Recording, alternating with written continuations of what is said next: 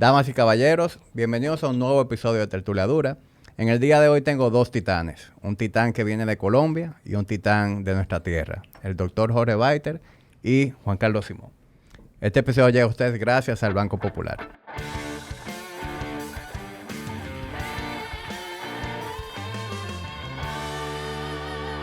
Juanca, doctor. Qué rico estar acá. Bienvenidos. Gracias, Jamín. Honrado de tener la presencia de ustedes dos aquí.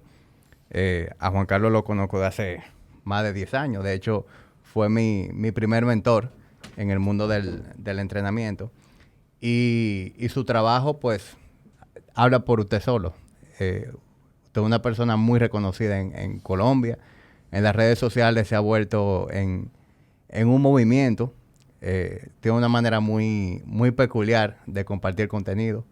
Verdaderamente me siento feliz de estar aquí y creo que tenemos muchos temas interesantes a conversar el día de hoy. Yo sé que, bueno, todo el que conoce su filosofía nutricional pues sabe que usted promueve una alimentación ketogénica. Y Juan Carlos, creo que aunque no es de la onda ketogénica al 100%, yo conocí la dieta ketogénica por Juan Carlos. Y creo que tú, Juanca, tienes muchas cosas que aportar desde el punto de vista de esa filosofía de alimentación. Y tenemos la Simo Diet, tenemos la dieta keto perfecta. Yo quisiera que hoy conversemos como que cuáles son esos puntos en común que tienen ambas estrategias nutricionales. Y las cosas que no son en común, pues me interesa mucho escuchar los puntos de vista de cada uno. Y creo que hoy podemos desarrollar algo bien interesante aquí.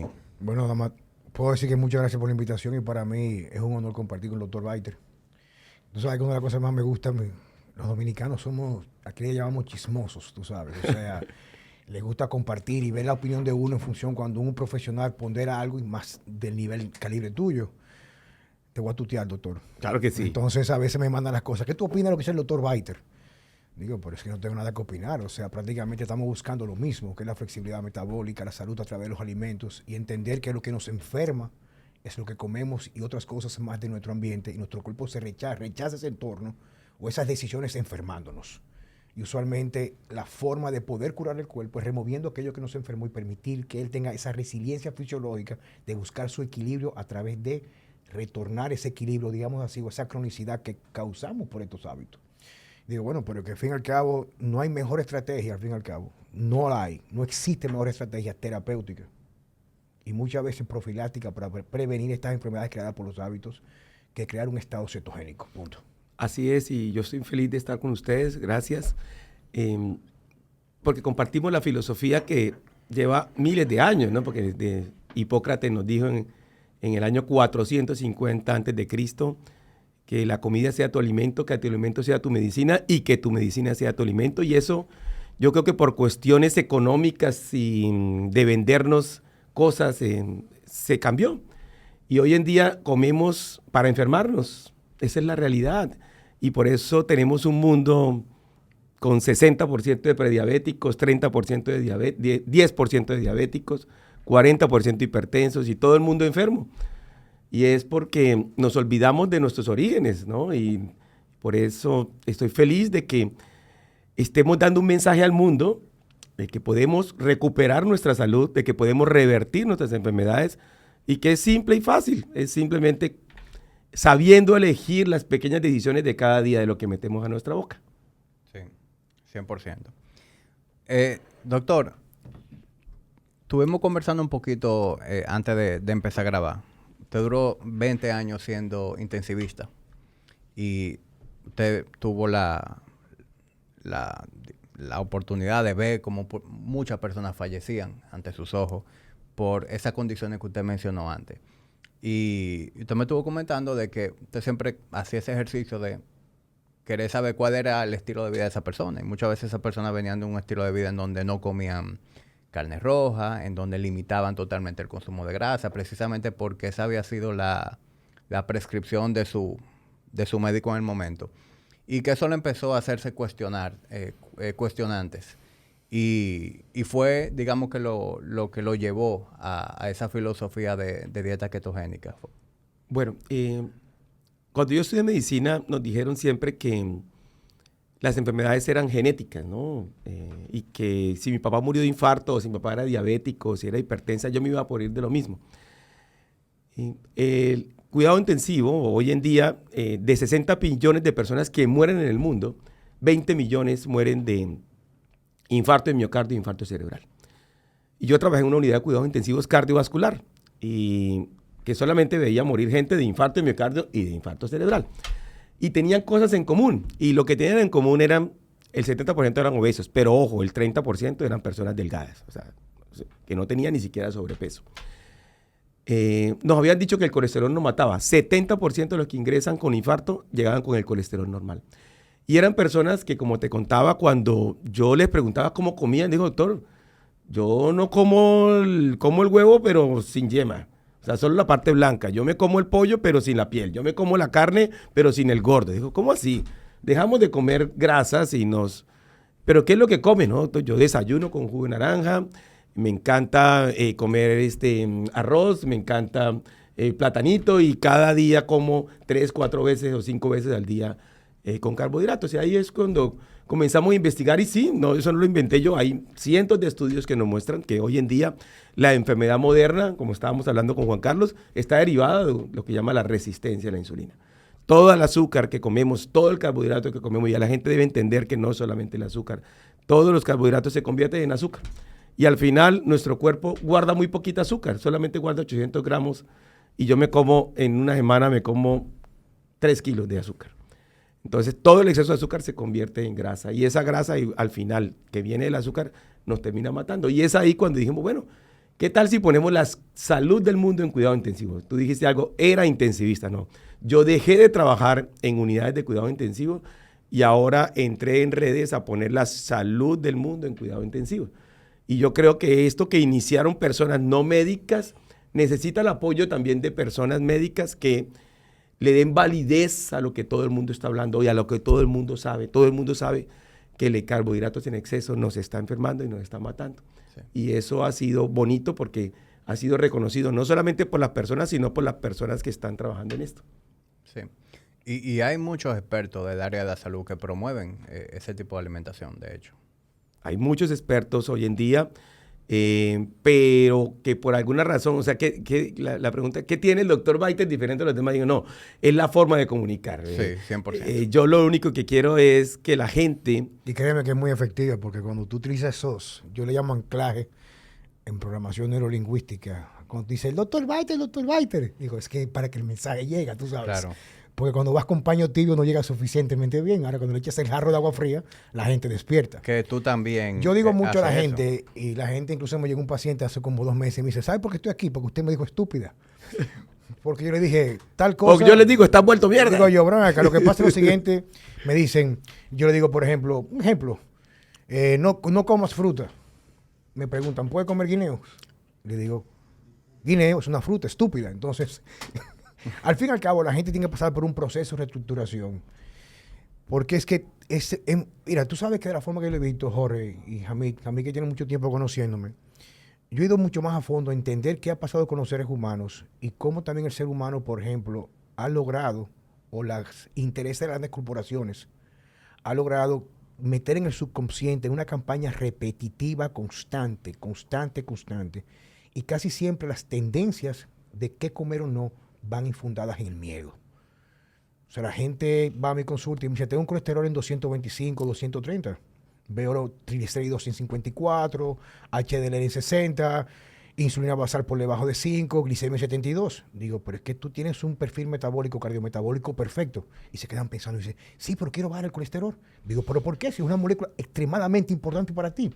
Entonces, bajo esa observación, yo he visto que quizás el mayor reto que tenemos nosotros es saber cómo vender y comenzar a informar para que la gente comience a investigar de fondo aquello que te despertó a ti, aquello que tú tienes bien claro, y eso que yo he podido ver de que es que el miedo y la campaña asesina que se ha impuesto a los seres humanos a través de esa campaña, porque es una campaña agresiva.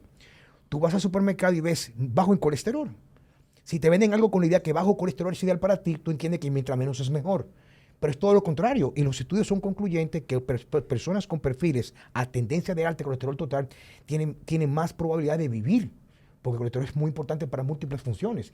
E incluso, Jorge, algo que yo hice como estudiante, porque no soy médico, en esa búsqueda como de respuesta por qué la enfermedad coronaria, me participé como oyente 2 años en un fellowship en biología y metabolismo vascular para entender por qué se inflamaban las arterias, por qué se inflamaba.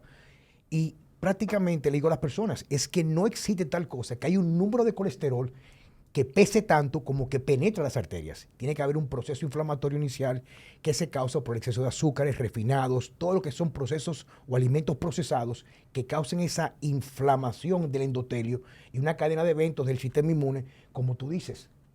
70% no sufren de colesterol alto. Y coño, digo, pero la gente es que es tan estúpida que no va a despertar, viejo. O sea. Entonces, mira, Juan Carlos, me parece excelente lo que dices. Para mí la mayor campaña de marketing que se ha hecho en la historia de la humanidad ha sido el engaño del colesterol. En 1960 a alguien se le ocurrió pues, decir, fue un estudio observacional, la gente que se muere de infarto, le hice una autopsia y en la autopsia le encontré que tenía colesterol metido dentro del endotelio. Entonces la gente dijo, es el colesterol el que nos está matando. Yo le digo a la gente, es como si yo me tirara a una piscina y me ahogara, ¿no? Y me van a hacer una autopsia y me van a encontrar en los pulmones agua. Entonces, el agua fue la que me mató. Dijo, no, el agua no es el culpable era que yo no sabía nadar. Lo mismo pasa con el colesterol. El colesterol, como dice Juan Carlos, es una molécula hermosa. De él se forman la vitamina D, todas las hormonas esteroideas, todas las hormonas masculinas, todas las hormonas femeninas. Es el principal componente de las balsas lipídicas de nuestras células. ¿Cómo es una molécula que es tan importante para nuestro organismo que nuestro organismo es capaz de producir de forma perfecta? Me va a matar. Y es ahí, bueno, ¿para qué tiene que ocurrir para que una molécula que entra, que está ahí en la sangre, se meta dentro de una arteria? O sea, tiene que ocurrir lo que tú acabas de decir. Se inflame el endotelio, que el endotelio se rompa y que la molécula entre y esa molécula me mate. Entonces, no es la molécula de colesterol la que me infarta, es la vida que yo tengo y mi estilo de vida que por alguna razón hace que yo mantenga mi arteria y mi endotelio inflamado. Y eso ya está súper demostrado. ¿Qué es lo que me inflama? Obvio, el principal disruptor del endotelio es la glicación de la proteína. Eso ya está súper demostrado. O sea, si yo tengo una cosa que se llama la hemoglobina se glica, sí, pero no solamente la hemoglobina. Todas las proteínas del organismo se glican y se oxidan. Todas las proteínas estructurales. Estructurales se glican y es, a diferencia de la sal, que es capaz de oxidar el ambiente, cuando dentro de nuestro organismo no es la sal la que nos oxida, es el carbohidrato. Pero si eso lo uno con que yo esté inflamado, ¿quién es el que me inflama? Eso ya está súper demostrado, son toda esa grasa visceral que yo tengo ahí acumulada en mi estómago, ahí. No, yo para decir estómago, sí, también produce mediadores. Entonces, yo lo llamo, no es el colesterol el que nos mata, es nuestra vida de mierda, es la que nos mata, es nuestro estilo de vida el que nos lleva a que el colesterol se vuelva una molécula mala. Ahora bien, no estamos diciéndole, Juan Carlos, a la gente que tenga el colesterol en 400. No le estamos diciendo, claro. No. Le estamos diciendo a la gente que no es necesario, señores, que esté por debajo de 200, como popularmente se Yo cree. a veces le digo, depende. Bueno, porque me van a preguntar, ¿y qué? No, depende. O sea, si yo no como carbohidratos, cero, bueno, yo no como cero, yo 20 gramos al día, bueno, con que lo tenga entre 250 y 300 está bien. Pero no, hace 10 años el colesterol en España se permitía hasta 300. Por presiones de la industria farmacéutica se bajó a 220. ¿Pero por qué? Porque la segunda droga más vendida de la humanidad después de los antihipertensivos son las estatinas. Es un negocio hermoso. Entonces, lo que le decimos a la gente, tú y yo y Hamid, es, señores, no seamos parte del negocio. O sea, no seamos parte del negocio. Y yo como médico le digo a la gente, no espere que sus médicos cambien su salud. O sea, la única persona que debe cambiar su salud es cada persona. Cada persona debe ser su propio médico. Lo que hacemos nosotros es darle información para que la gente entienda cómo funciona su cuerpo. Porque la única forma de yo saber lo que meto a mi boca es entendiendo cómo funciona mi cuerpo. Mi cuerpo es una maquinaria perfecta, yo le digo, hermosa, sanadora. O sea, nuestro cuerpo fue hecho para autosanarse, para autovivir, para tener flexibilidad. Y la flexibilidad, como te decía hoy, no es la capacidad de utilizar carbohidratos como energía, porque eso lo tenemos siempre y lo hemos utilizado siempre. La flexibilidad que perdimos fue la capacidad de utilizar mi grasa como energía. Y de eso vamos a hablar un poquito, ¿no? Sí. Tú sabes que lo que tú comentabas del colesterol, una de las cosas que yo aprendí es que cuando el colesterol está elevado, no persigue el colesterol es que te va a enfermar, sino demuestra una condición subyacente que podría ser estrés oxidativo, inflamación crónica, etcétera. O sea, sube como un factor, a veces hasta protector. En estos días me llegó una joven, bueno, hace ya casi un año y pico, me llegó una señora, paciente mía, que de momento en 4 meses subió su colesterol de 225, subió a 410. Y definitivamente fue al cardiólogo, le mandó estatinas y ella fue a buscar mi opinión. Y automáticamente la refirió al oncólogo y salió que tenía un cáncer mamario no diagnosticado. O sea, el colesterol subió como un mecanismo reflejo protector, porque el colesterol tiene múltiples funciones. Entonces, esa es la parte, como tú dices, Jorge, de la importancia de comenzar a la persona a educarse, a entender, porque para tú poder desmontar una creencia, tienes que aclarar las dudas. Y una de las cosas que lleva a las personas a tomar decisiones día a día es esa cantidad de preguntas, sin preguntas acertadas, que se puedan reflejar en resultados reales de salud. ¿Qué pasa? Las pasa con las personas. Y reitero, Jorge, porque es que por eso es que me encanta lo que tú hablas. Porque de una forma u otra tú eres tan único en la forma que tú hablas, que me encanta tu estrategia. La gente me dice a mí, ¿qué tú opinas? Digo yo, el tipo se las trae. Digo yo, el tipo se las trae. Porque al fin y al cabo, el mensaje llega. Y es eso, si no utilizamos palabras fuertes, no vamos a poder nunca competir con el medio que la gente recibe día a día por las noticias, las publicaciones, las cuentas de las farmacéuticas. Es un bombardeo. Fíjate, yo tengo que no ver televisión cerca de 15, 17 años. Me puedo equivocar un poquito más. Sí. Y en estos días yo estuve hace como 6 meses en la casa de mi hija en Estados Unidos. Ya regresó, estuve en Estados Unidos y me pongo un domingo a ver televisión con un ratito ahí. Y yo veo que de cada 4 anuncios, 2 o 3 son de medicamentos promovidos por las farmacéuticas con todos los efectos secundarios, pero nadie gasta un céntimo en indagar los detonantes o causantes que van construyendo las circunstancias como deficiencias nutricionales, inflamación sistémica, resistencia a la insulina, que conllevan a esa cronicidad. Y nadie aborda eso. No, la propaganda en Estados Unidos de las farmacéuticas es ridículo. O sea, aquí eso todavía no se ve tan marcado, pero en Estados Unidos es ridículo. Tú no puedes ver 5 minutos de comerciales y que más de la mitad no sea de algún medicamento. Es ridículo. Y ¿qué es lo que pasa? Que hemos vuelto a la medicina un juego de matemáticas. Yo digo, es imposible que nosotros los médicos hayamos entrado en un juego de matemáticas, ¿no? De ecuaciones matemáticas. Entonces nuestro cuerpo son matemáticas. Entonces yo cojo un papel con números.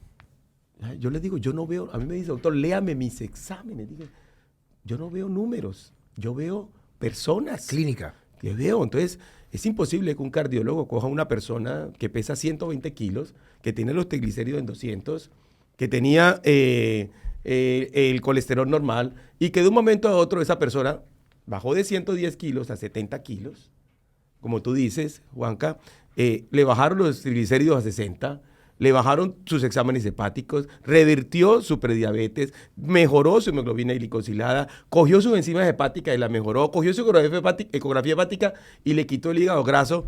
Y llega y dice, pero tienes el colesterol en 300, te vas a morir. Digo, ¿cómo así? Si este hombre estaba a puertas de la muerte, solo por un examen matemático que fue hecho en una población enferma, porque en realidad las medias de los exámenes matemáticos, de la matemática de los exámenes, se hizo en poblaciones enfermas. O sea, cogieron una población de 1000 personas y dijeron, estas 1000 personas tienen un colesterol entre 150 y 220. Lo que se salgan de ahí están mal. Pero no lo hicieron en poblaciones sanas.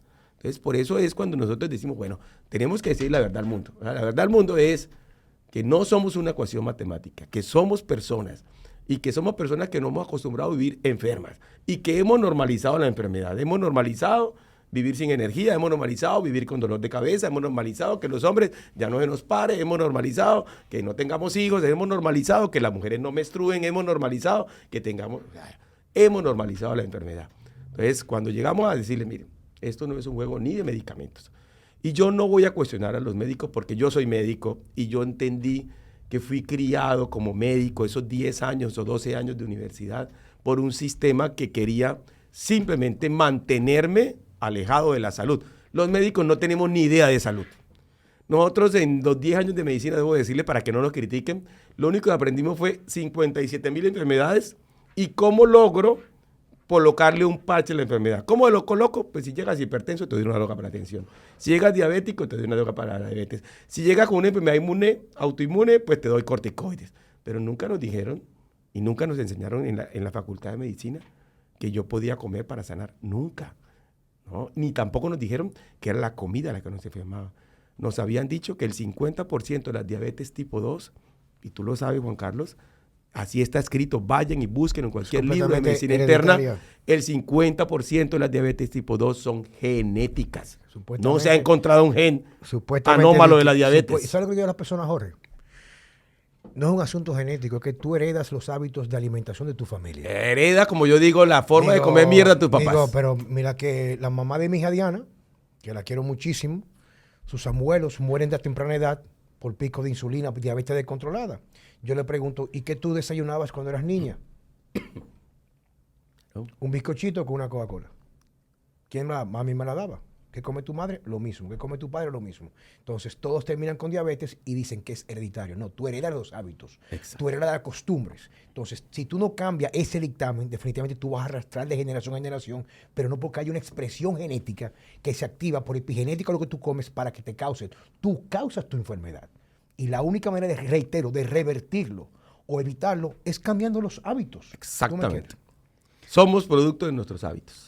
Bueno, con ese tema yo creo que estamos los tres totalmente de acuerdo. Es decir, compartimos el mismo punto de vista. Sin embargo, en el cómo llegamos ahí es donde creo que podemos debatir diferentes puntos de vista. Por ejemplo, en el caso de... Yo he visto casos de personas que simplemente mejorando su decisión de alimento, iniciando con un régimen de ejercicio que sea apto para ello. Y para no ser muy ambiguo con la alimentación, una recomendación simple de decirle a la persona, vamos a hacer la proteína el centro de tu alimentación, vamos a eliminar los alimentos altamente procesados, vamos a comer más vegetales, más fibra. Yo he podido ver cómo muchas personas logran mejorar sus analíticas y su salud sin necesariamente ir a una estrategia ketogénica. Entonces, mi pregunta en ese sentido va para usted primero, doctor Biter. ¿Hay diferentes maneras de llegar ahí o usted entiende que la estrategia ketogénica es superior por alguna razón específica? Bueno, uno debe tomar varias decisiones en su vida. Yo creo que uno puede o comer saludable o comer para sanar. Yo me acostumbré a ver enfermos, ¿no? Y yo veo la salud, la veo desde el punto de vista de la enfermedad y la muerte. Yo digo que el poder, el valor de la salud solamente se entiende con el poder de la enfermedad. Cuando uno está enfermo, tiene que tomar decisiones drásticas, ¿no? Y yo creo que en eso Juan Carlos y yo estamos de acuerdo, ¿no? Si yo tengo un paciente diabético, yo ya sé, yo le quito todos los carbohidratos, inclusive como hace Juan Carlos.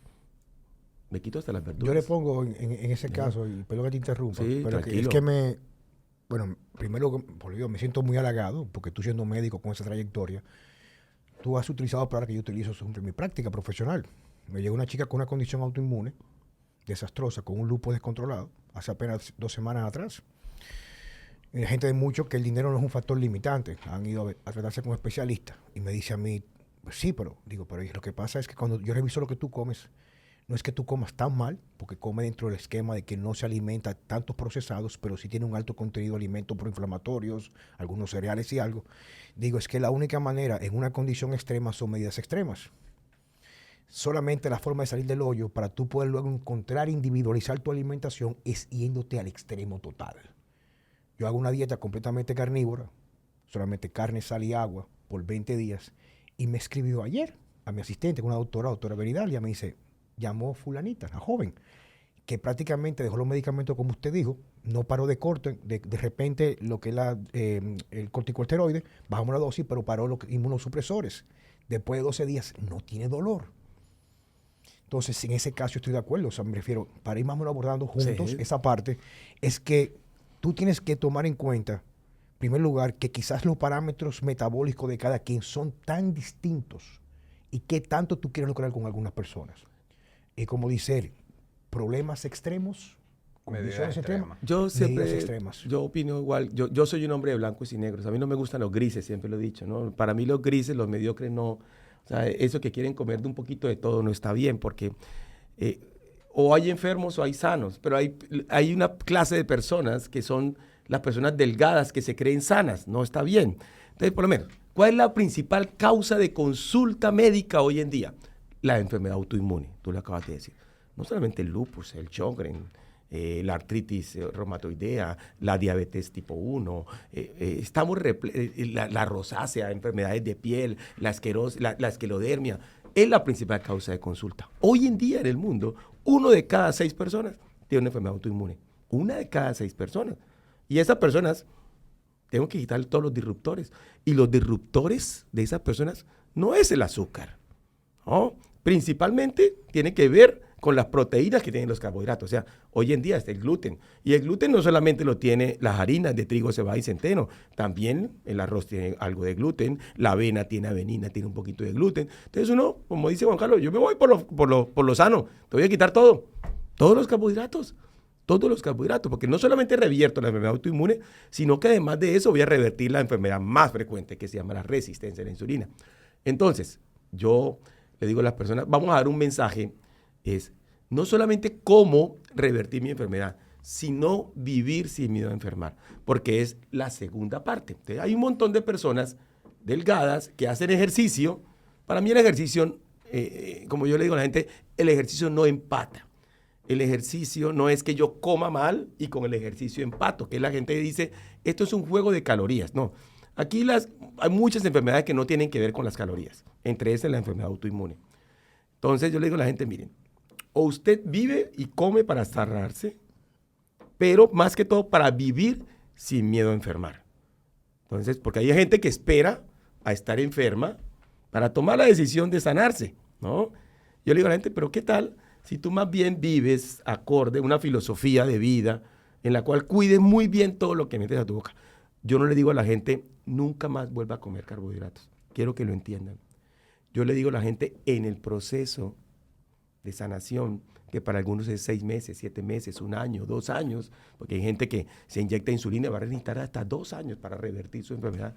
Digo, y luego después de que aprendas a conocer tu cuerpo, aprende a reconocer qué carbohidratos le hacen bien a tu vida. Pero para poder reconocer eso, debía haber dejado todos por el periodo de 2 o 3 meses. Y vas a introducir uno cada día y tú dices, mire, ¿cómo lo mido? Este carbohidrato no me da hambre, este carbohidrato no me da ganas de comer más, este carbohidrato no me quita la energía, este carbohidrato no me da dolor de cabeza. Pero solo cuando uno esté sano. Hay que hacer un proceso para llegar allá. Okay. Entonces le digo a la gente, ¿la fruta es mierda? Sí, para mí la fruta es mierda. Yo ni siquiera hoy, después de estar sano, yo también estuve enfermo, te dije, enfermo para mí era falta de energía, hacía un Ironman comiendo carbohidratos y geles. Digo, hoy yo reconozco que yo prefiero comerme un arroz, pero nunca una fruta. Después hablaremos un poquito de eso. Sí. O sea que entendiendo su filosofía, usted no es tan radical con los carbohidratos, sino dependiendo del contexto. Una persona que necesite eliminar un sobrepeso, mejorar su salud, su recomendación es que a rajatabla los elimine, pero luego de que llegue a un estado de salud, pues podría darle un poquito más de participación. Yo lo que le digo a la gente es, haga la regla del 99.99 a 1. Yo soy estricto con los carbohidratos y yo nunca como carbohidratos, pero no quiere decir que nunca en la vida me como un carbohidrato. O sea, el 99% de mi vida vivo sin carbohidratos. Okay. ¿Listo? Pero si usted vive hasta su casa y esa casa ese día va a ser una paella, yo me la como, sabiendo que no está bien. Ojo, que no sabiendo que no es lo que mejor para mí, pero tampoco me voy a morir si me como ese carbohidrato. Yo le digo a la gente, no es la comida del fin de semana la que nos va a matar. No es que yo cometí un error y me comí una pizza por allá No, son las pequeñas decisiones del día y especialmente aquí, en este país, que es República Dominicana, ese país que amo, que toma muchas malas decisiones, pequeñas malas decisiones en el transcurso del día. Esas pequeñas malas decisiones en el transcurso del día es la que nos va a enfermar.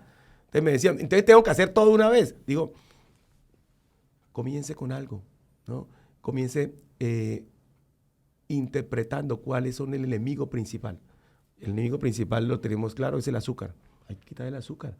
Ah, pero doctor Baita, pero es que el maíz, de ahí sacan azúcar. Digo, listo, el maíz tampoco hace parte de ningún estilo de vida saludable, porque el maíz es, según la OMS y según unos estudios de Harvard, después del azúcar, es la sustancia que más tiene azúcar, con alto índice glicémico.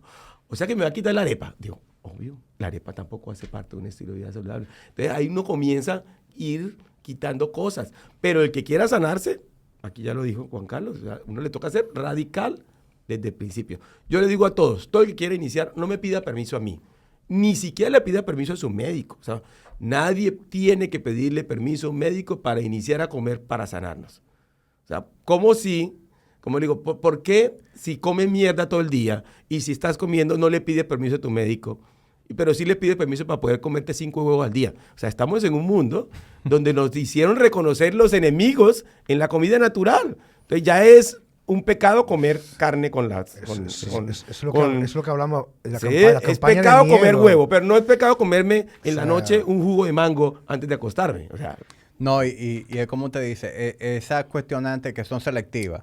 Yo no le pregunto a mi médico si me puedo comer una pizza, si me puedo comer una dona, pero sí le voy a preguntar si me puedo comer 3 huevos hervidos de desayuno. Entonces, y por ello le digo a la gente, nunca se les ocurra decirle a su médico que usted va a estar, o va a hacer ayunos, o va a ser carnívoro, o va a ser keto. Nunca le diga a su médico, porque de una vez les digo, le van a decir, no haga eso que se va a morir. Siga comiendo como come.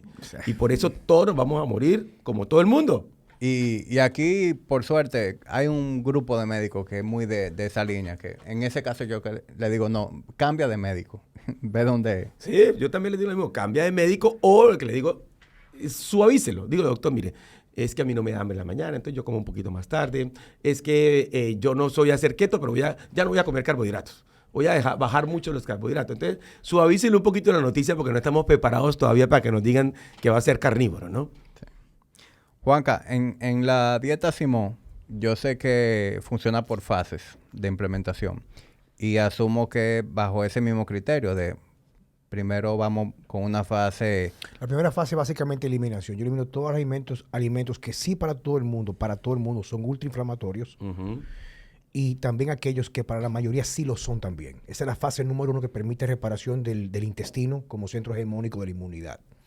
Y no solamente la inmunidad, también producción de neurotransmisores para estabilizar las emociones y la capacidad de dormir.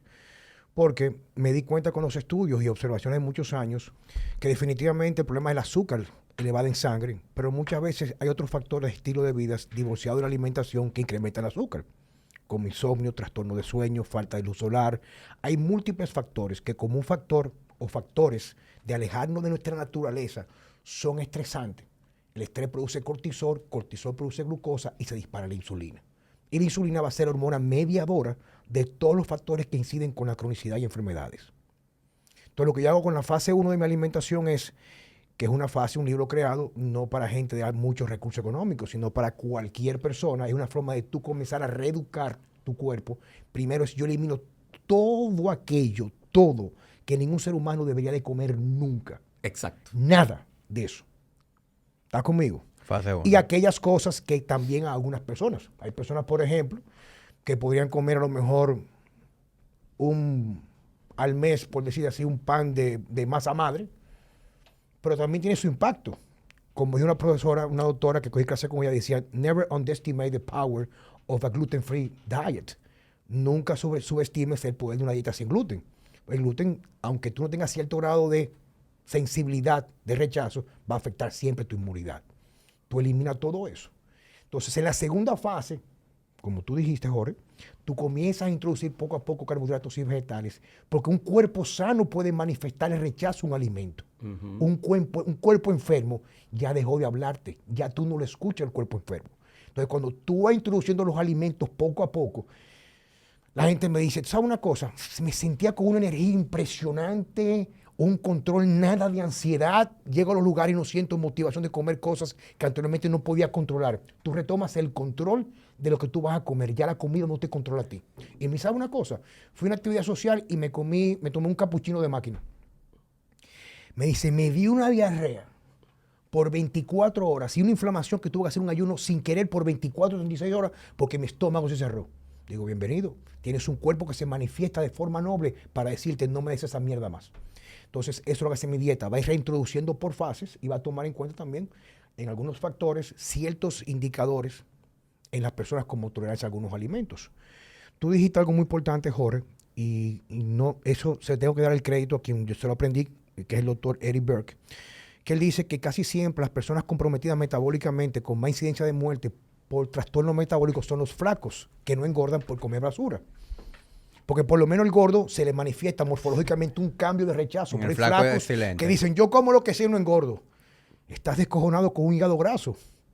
Y tú vas a darle años y años de maltrato a tu cuerpo, pero ya cuando te vaya a salir es con una patología prácticamente irreversible, una condición, una enfermedad ya en nivel de aguda. Entonces lo que hace el plan mío es esa parte. Yo remuevo a todo el mundo aquello que nadie nunca debería de comer, jamás, y quizás que a la mayoría también, porque el libro mío lo que hace es que inclusive era un libro de 400 páginas, lo reduje a 101, 102, para que en mi país, por ejemplo, que no hay mucha cultura de lectura, cualquier persona lo pueda leer. Eso fue lo que yo hice. Y me encanta lo que tú dices porque yo le digo a la gente, a mí me encantan los gordos, ¿no? Porque el gordo siempre está luchando y él sabe que está enfermo. O sea, no existe un obeso que no esté enfermo, pero las personas delgadas, miren la relación que hay. 70% de las personas que se infartan están en sobrepeso y obesidad y 30% están delgadas. Es la misma proporción de personas en la humanidad, 70% en sobrepeso y humanidad y 30% delgada. ¿Qué quiere decir? Que se infarta igual el obeso y el delgado, con una disyuntiva. El obeso no se muere en el infarto. Generalmente, el 30% de los que se mueren del infarto son infartos fulminantes y son en personas delgadas, que nunca controlaron lo que metan a su boca, porque no sabían que estaban enfermos. Eso es un gran problema. Entonces tenemos mucha gente, futbolistas o gente en el gimnasio, o gente que se cree fitness, que no tiene grasa corporal, que cree que el único problema en la vida es tener grasa y que la grasa es la que nos enferma. No, la enfermedad metabólica va mucho más allá de la grasa. Es una enfermedad, como dice Juan Carlos, hormonal. O sea, tenemos nuestras hormonas completamente disparatadas. Entonces, vivimos con la insulina arriba, vivimos con las hormonas del estrés arriba, vivimos con el cortisol arriba y eso nos termina también infartando. Entonces, quiero que sepan que el obeso es chévere porque el obeso sabe que está enfermo, pero el delgado es un problema grande porque no sabe que está enfermo y cree que tiene un metabolismo buenísimo. Bendecido. Bendecido, puedo comer lo que quiera y yo no engordo. Ojo con eso porque estas personas se van a terminar también enfermando y enfermando mucho más drásticamente que la persona obesa. Entonces es cuando nosotros les decimos, esto no es un problema de peso, ¿no? Para mí esto no es un problema, y yo tengo una frase que es, esto no es una carrera para bajar de peso, ¿no? Esto es una caminata para sanarnos. Y es entender que va mucho más allá del cuerpo, va mucho más allá de la obesidad, y es el objetivo sublime de todos, que es vivir sin miedo a enfermar. Hoy, ¿cómo estamos llegando? ¿Cómo estamos llegando a los 70? Yo le digo a la gente, la vida inicia a los 80. ¿No? Los pocos que llegan a los 80 llegan vuelto mierda, porque no aprendimos a construir lo que llaman la salud de los 80. ¿No? Entonces, cuando ya llegamos a los 80, en vez de nosotros cuidar a nuestros nietos nos cuidan. Y es ahí cuando yo le digo a la gente, desde joven, mi esposa por lo menos, ustedes la ven aquí, ella es una mujer joven y sana, pero estaba vuelta mierda. ¿No? ¿Por qué? Porque se la pasa comiendo mierda. Y no tenía problemas de peso. Siempre pasó los mismos 53 kilos. Pero cuando decidió comer para sanarse, lo que ya tenía claro qué le hacía daño, pero para poder hacer eso, toca, como dice Juanca, es hacer un proceso de desintoxicación, que no tiene nada que ver con comer batidos o jugos verdes, o jugos de zanahoria, o jugos de esto. No tiene nada que ver con eso. Es un periodo en el cual le demos a mi cuerpo lo que tú me estás diciendo. Proteínas y grasas. Ya. Dale proteínas y dale grasa. ¿Por qué grasa? Porque nuestro cuerpo necesita estructura, que es la proteína, y grasa, que es la energía. Pero también la grasa es estructura. Y cuando tú decides darle a tu cuerpo eso, la gente pasa algo mágico, ¿no, Juan Carlos? Después de 21 días, un mes, que tú le dices, cómete un carbohidrato. Dije, yo no quiero, no me dé eso. Dijo, no, vamos a introducir algo porque no vas a vivir toda la vida así. Llegará un momento en que tú tienes que decidir algún día qué carbohidrato vas a comer. Y tienes que identificar tus enemigos y punto. Exacto. O sea, tienes que estar preparado para elegir. Exactamente. O sea, no todos los carbohidratos son enemigos, pero quiero que entiendan que el enemigo está en los carbohidratos. Ojo con lo que le estoy diciendo. No todos los carbohidratos son tus enemigos, pero todo el enemigo está en el rango del carbohidrato. Yo no sé cuál es mi enemigo.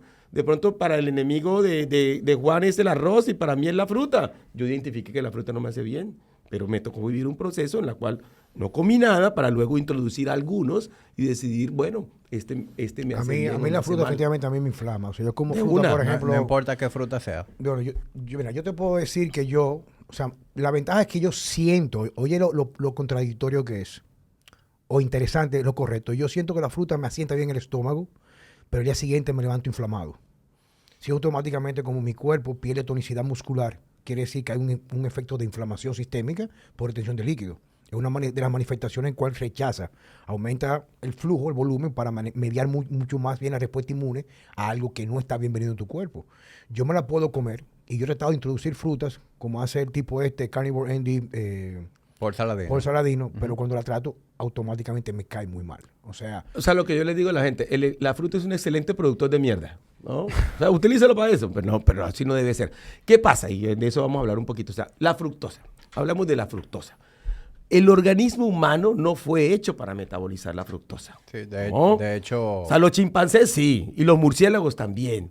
De hecho, la fructosa solamente, o sea, mientras que la glucosa la utiliza el músculo como energía, la fructosa necesita hacer un proceso metabólico para convertirse en glucosa para que mi cuerpo la use. O sea, primero me roba energía porque me quita ATPs y luego no todo se convierte en glucosa. Del 100% de la fructosa, el 25% de una se convierte en triglicéridos. O sea, el principal, hoy en día, eso lo saben los gastroenterólogos, el principal condicionante, porque eso es un proceso que no ocurre en todas las células, solo ocurre en el hígado. Entonces, cogemos la fruta, toda la fruta y la fructosa se va para el hígado tiene que hacer, bueno, esta glucosa te la produzco, pero hay un remanente 25% que va a formar hígado graso. Y hoy en día se sabe que la fruta es el principal condicionante de hígado graso. No la fruta, la fructosa, ¿no? Pero es que todas las frutas tienen fructosa. Entonces, para mí si me pregunta, y hoy hay muchos geles para los atletas que se hacen con fructosa y con maltodextrina. tú sabes que... O sea, que no saben y terminan la carrera con unas diarreas terribles porque no son capaces ni de metabolizar la maltodextrina ni metabolizar la fructosa. Quiero aprovechar lo que tú estás diciendo. Porque inclusive aquí me acompaña mi amigo Carlos, que también fondista y atleta. Yo trabajo con muchos atletas, especialmente ultramaratonistas, que tenían ese estilo de vida y tenían dos condiciones apremiantes definitivamente. Gastritis crónica que no le permitía a ellos el desempeño cuando hacían carreras muy largas. Y la segunda era que el wall o la pared de llegada era mucho más rápido. Uh-huh. Porque tienen, como tú dijiste al principio, de una forma muy magistral, como tú lo explicaste, son cuerpos que solamente proyectan, aunque ya tú no le des, a crear glucosa como energía. Y el problema que pasa con la fructosa en los estados de condición de flexibilidad metabólica es que la fructosa, de que llega al hígado y fomenta glucógeno hepático, automáticamente deja de utilizar los ácidos grasos como energía. Eso es automáticamente. Por eso en casi todos los libros, como el Body Opus de Dan Duchaine, que es un autor viejísimo, murió, que trataba de fomentar el culturismo natural en atletas para usar esteroides y conseguir el secado, utilizaba dietas cetogénicas muy intensas, con introducción de carbohidratos estratégicas para potenciar un poquito la síntesis de músculo, mucho más allá de lo que sería un estado natural. Pero en esa estrategia él decía que el peor carbohidrato que había para un culturista era la fructosa, por eso, en el sentido de que cortaba automáticamente ese proceso elegante de un hígado flexible. Esa parte es muy importante. Y es que esta parte es tan importante porque es... o sea, la gente se aferra, o sea, quita de su vida el azúcar y se mete a la fructosa, o sea, la fruta que es 2 veces más dulce que la glucosa. Claro, entonces mantiene igual su adicción con algo que no nos hace daño. Tú lo sabes muy bien, tengo una serie de videos donde digo, entre una malteada y un jugo de naranja, tómese la malteada. O sea, no cometa el error. Por lo menos la malteada tiene glucosa y la glucosa, si usted vaya a hacer ejercicio, la usa como energía y la quema, ¿no? Pero la fructosa no. La fructosa no se usa. O sea, la fructosa tiene un metabolismo intermediario. Si ustedes ven todo el metabolismo bioquímico, siempre va a formación de ácidos grasos libres, de glicerol y de triglicéridos. Y por eso hay un estudio que salió el año pasado. Ustedes vieron que esas personas que consumen más de 3 porciones de fruta al día terminan no solamente aumentando el azúcar en sangre, porque aumenta el azúcar, porque obviamente la fruta también tiene glucosa, pero terminan haciendo hígado graso y terminan aumentando los triglicéridos en sangre. O sea, para mí, la fructosa, primero, recarga el hígado y segundo, no le hace bien a nuestro cuerpo. Y por eso una de las peores cosas que la gente puede hacer es tomar jugo. Esa recomendación típica del desayuno americano, del el vaso, el jugo de naranja, eso es lo peor que una persona puede Es hacer. el peor enfermante de la humanidad. Porque tú te puedes comer una naranja y una naranja no es suficiente para crear problemas a nivel metabólico. Es decir, el hígado Tú me tiene la dijiste algo, capacidad de lo metabolizar importante de eso, masticar, etcétera. Juan Carlos, Claro. me dijo, lo importante de masticar, ¿no? Una pequeña pausa comercial que llega a ustedes gracias a nuestro patrocinador más importante de todos, que es Jamilla Yura y La Tertulia Dura. Quiero recordarles que se suscriban a Patreon. Ahí en Patreon venimos desarrollando algo que se está dando muy interesante. Si tú quieres tener acceso a proponer cosas, que tus preguntas sean respondidas en los Q&A de cada mes, tú quieres estar en Patreon. Si tú tienes preguntas sobre tu propio fitness o los temas que discutimos aquí que quieres que te responda personalmente, también quieres estar en Patreon. Si quieres formar parte de conversaciones más íntimas, más estrechas sobre lo que hablamos aquí, también quieres estar en Patreon. Y si tú te consideras un fiel seguidor de Tertulia Dura y quieres que ese apoyo sea algo más simbólico, pues también quieres estar en Patreon. Seguimos con el episodio. Hablemos de las cantidades de azúcar de un jugo de naranja. Cada naranja de 100 gramos, de una naranja de 140 gramos, más o menos tiene alrededor de unos 14 gramos de azúcar, de los cuales 6 son glucosa y 6 son fructosa. Entonces, para hacer un jugo, ¿cuántas naranjas utilizas? Bueno, 5 o 6 naranjas. 5 naranjas. O sea, estamos hablando de 60 gramos de azúcar. 60 gramos de azúcar. Sin ningún contenido de fibra. Sin ningún contenido de fibra, porque la gente está la metiendo cuela 30 gramos de y fructosa. le está metiendo 30 gramos de fructosa. Y tenemos que observar algo también que no quiero perder porque lo comentaste hace un rato, que eso es quizás para aportar ya lo que tú... Te tengo que decirlo porque es cierto, o sea, tú manejas muy bien la parte bioquímica de todos esos procesos. Yo manejo algo, pero yo soy más pragmático. Yo aprendo el proceso, cojo las clases, olvido y voy a la práctica. Pero sí también, por ejemplo, las frutas que consumimos hoy en día no tienen nada que ver con las frutas naturales hace 100 años Buenísimo. atrás. O sea, anteriormente, todo lo que tú consumes como fruta hoy en día, todo ha sido manipulado en un proceso para hacerlas mucho más agradables al paladar. O sea, que no son necesariamente fenómenos de la naturaleza, ¿ok? Claro.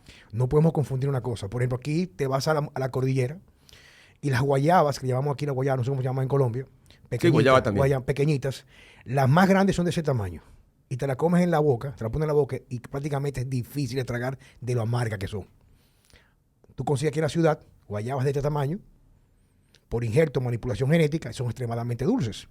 Entonces también es otro factor que tomamos en cuenta, como tú lo dices, o sea, también, pero ¿por qué llamamos fruta de la naturaleza? Quizás algo que en realidad no está en intención, que fue creado por la naturaleza en un proceso evolutivo, como está mi mentor Charles Poliquin.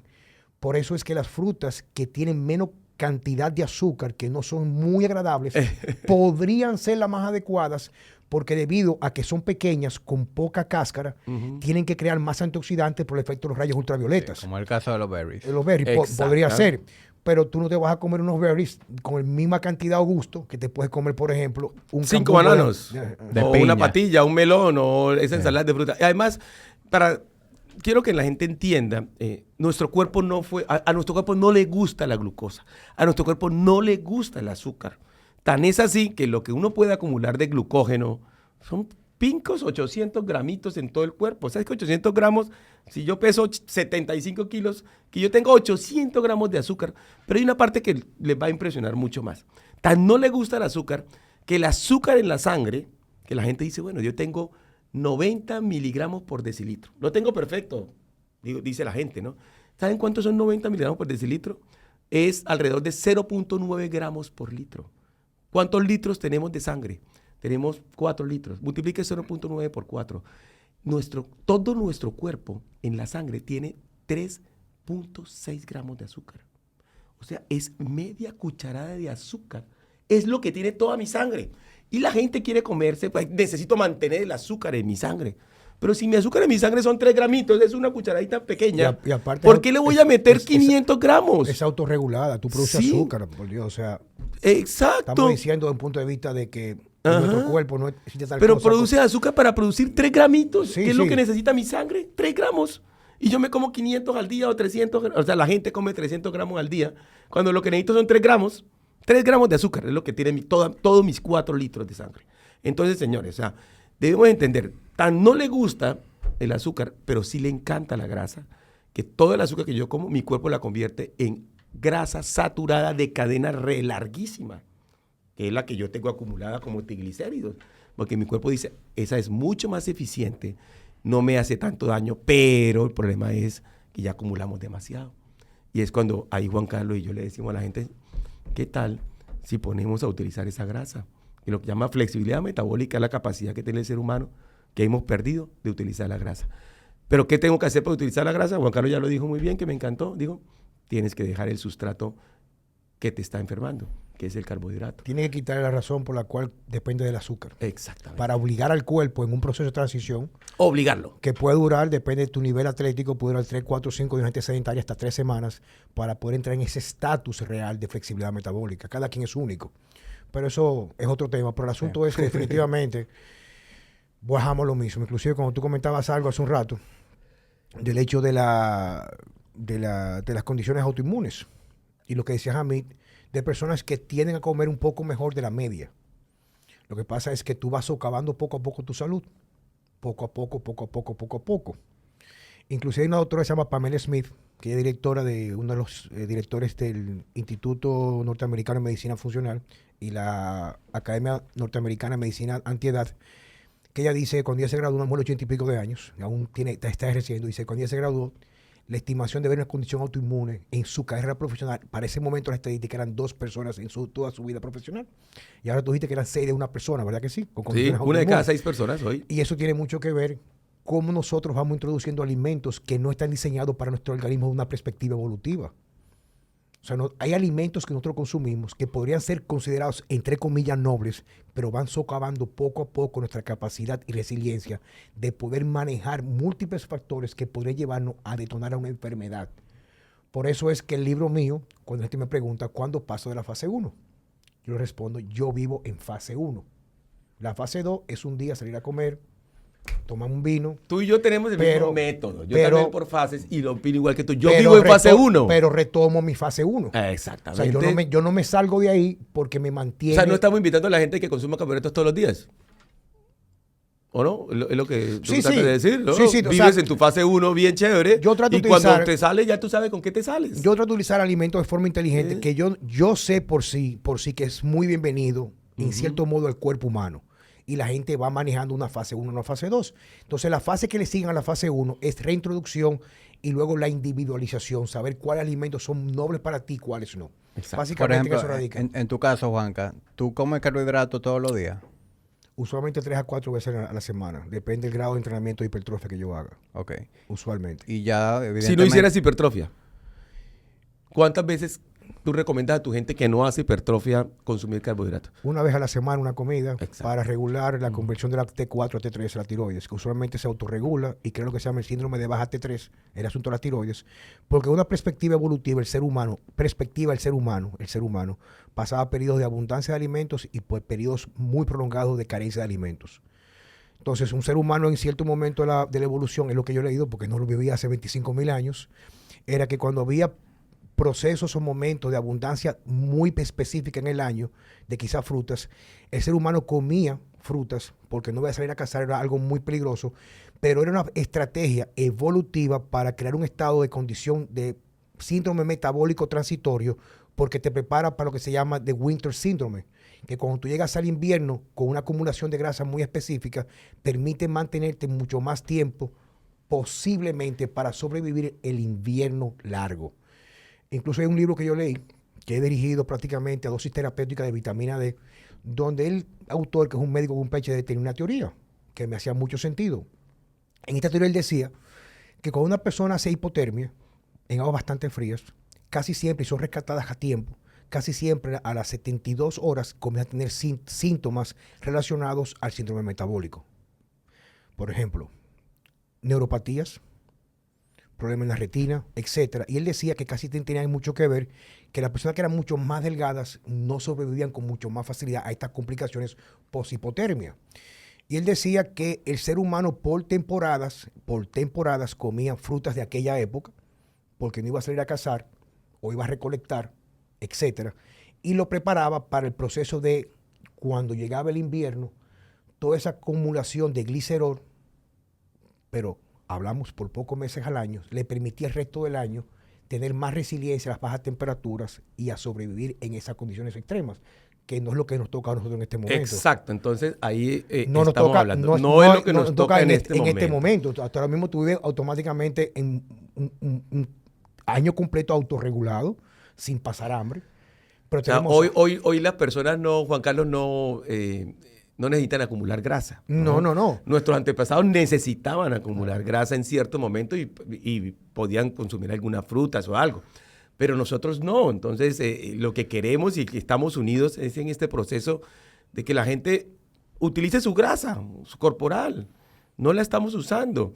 Lo que pasa, ¿qué es lo que está hoy ocurriendo en el mundo? Es el negocio más grande que tiene Estados Unidos en este momento, después de vendernos comida, es la agricultura. No tanto que los grandes, no vamos a decir nombres, pero los grandes ricos de la humanidad están comprando tierras por la agricultura. Claro. Estados Unidos y China son los principales productores de harina de trigo o de trigo y de maíz. Y nos quieren meter el trigo, el maíz, la cebada en los ojos, ¿sí? En los ojos. Y nos hacen ver ahora lo que está pasando en este mundo de locos, que lo que nos va a dar cáncer es la carne, ¿sí? Entonces, ustedes se dan cuenta que cada rato sacan a alguien diciendo la carne es el principal condicionante de cáncer de colon. Ojo, la cáncer, si tú vas a consumir carne, cuidado que te va a dar cálculo en los riñones o te va a dañar el riñón. Cuando yo como médico sé quién es el que daña el riñón. O sea, el riñón principal. Hoy en día, las personas que terminan en diálisis son los diabéticos. O sea, es el carbohidrato, ¿sí? Segundo, son los hipertensos. ¿Quiénes son los hipertensos? Los que viven inflamados. ¿Qué es la hipertensión? Es un estado prediabético, que no es por la sal, porque además nos dijeron que la hipertensión es por la sal. No, es por el endurecimiento del endotelio. ¿Y quién lo endura? ¿Quién lo endurece? Perdón. Sí.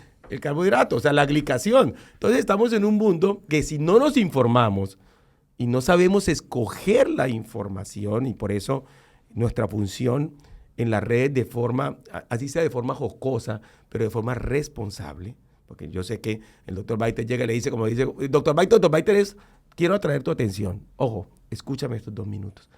En 2 minutos yo hago que tú entiendas un proceso súper complicado, pero que al final termina en lo mismo. Y es decidir qué comer como primer paso. Porque ahorita me encantó algo que dijo Juan Carlos, es la importancia de otros factores, entre ellos los ritmos circadianos y la vitamina D. Yo tengo hoy en día muchos pacientes con cáncer y tienen un denominador común.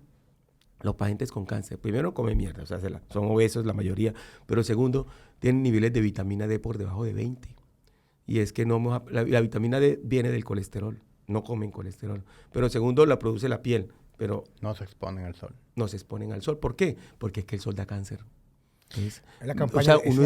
Uno pareciera entender que la gente nos quiere enfermos, ¿no? Bueno, eso sí, que la gente nos quiere con cáncer, ¿no? Uno quería, pero ¿cómo así me van a quitar el sol? Aquí en República Dominicana la gente se llena de bloqueador solar. Yo le digo a la gente, yo no utilizo bloqueador. Yo recibo gente, yo hago promedio a la semana un total de 17 consultas, 17 consultas.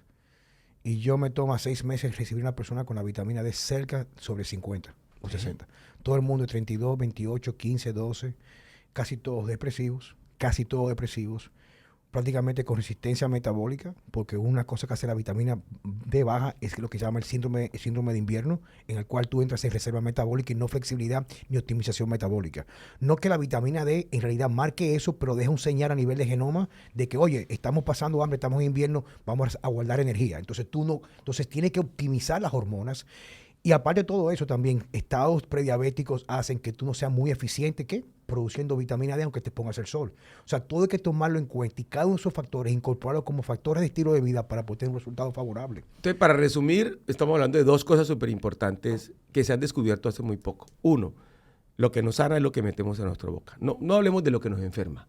Bueno, ya la gente está entendiendo qué es lo que lo enferma. Y segundo, que lo hemos mencionado con Carlos, y fue descubierto en el año 2017, pero que lo sabemos desde toda la humanidad, es que esto no es esoterismo, ¿no?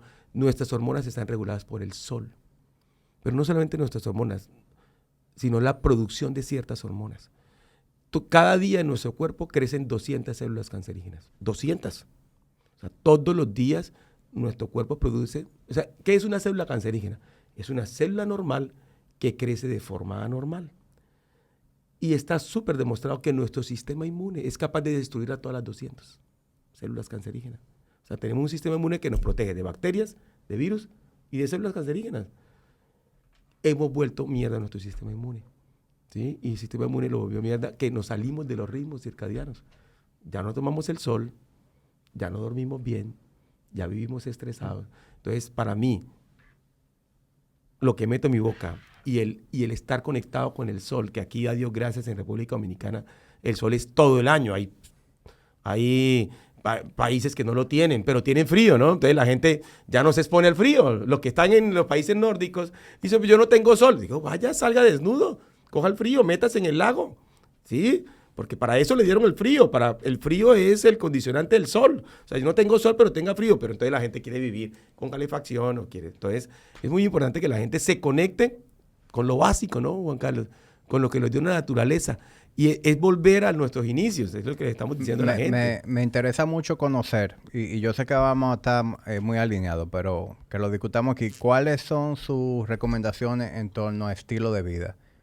¿Qué nos falta en un día suyo desde el punto de vista del lifestyle, fuera de lo que es alimentación? Primero hablemos. La alimentación es, para mí, lo que multiplica. Pero hay cosas que suman, que hacen parte de mi estilo de vida. 1, ayunar.